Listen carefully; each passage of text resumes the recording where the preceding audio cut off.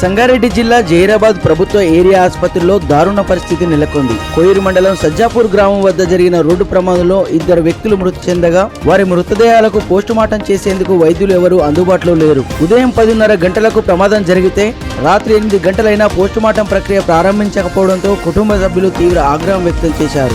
ఆసుపత్రిలో కనీసం duty doctor, superintendent, RMO ఇలా బాధ్యత గల అధికారులు ఏ ఒక్కరూ అందుబాటులో లేకపోవడంతో ఇతర రోగులు సైతం తీవ్ర ఇబ్బందులు పడుతున్నారు. మరోవైపు ప్రమాదానికి కారణమైన డీసీఎం వాహన యజమాని నుంచి మృతుల కుటుంబాలకు తగిన నష్టపరిహారం ఇప్పించాలని డిమాండ్ చేస్తూ బంధువులు కదం తొక్కారు. ప్రభుత్వ ఆసుపత్రి ముందు, జాతీయ రహదారిపై, అలాగే పట్టణ పోలీస్ స్టేషన్ ఎదుట భారీ ధర్నా నిర్వహించారు. వందలాది మంది రోడ్డుపై బైఠాయించడంతో జాతీయ రహదారిపై ఎక్కడికక్కడ వాహనాలు నిలిచిపోయి భారీ ట్రాఫిక్ జామ్ ఏర్పడింది. ఈ ఘటనలో పోలీసుల తీరుపైన విమర్శలు వెల్లువెత్తుతున్నాయి. ప్రమాదంపై కేసు నమోదు చేసేందుకు కోయిర్ ఎస్ఐ నిరాకరిస్తున్నారని బాధితులు ఆరోపిస్తున్నారు. దళిత ప్రాణాలంటే అధికారులకు కనీసం లెక్కలేదా అంటూ తీవ్ర ఆవేదన వ్యక్తం చేశారు.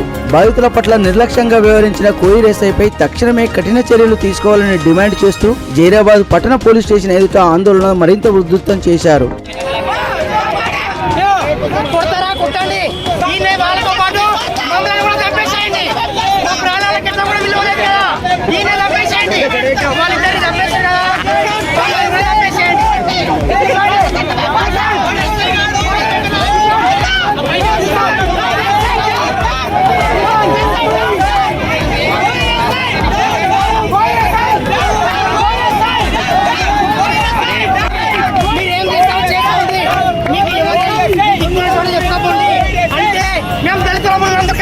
మా ప్రాణాలకు మాకు విలువ లేదా?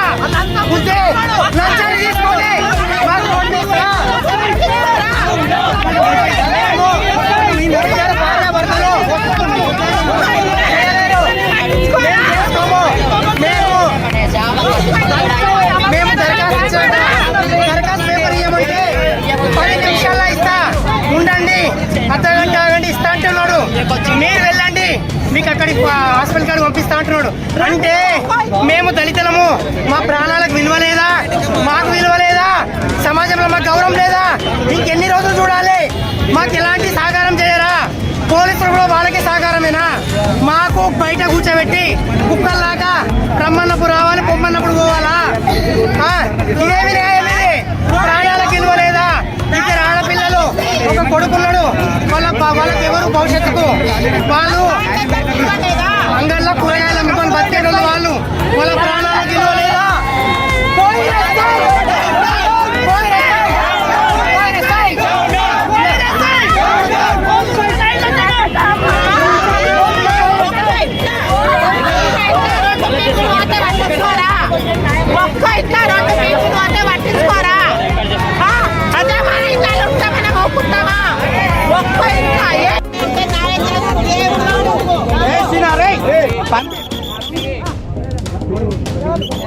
నడు నడు నడు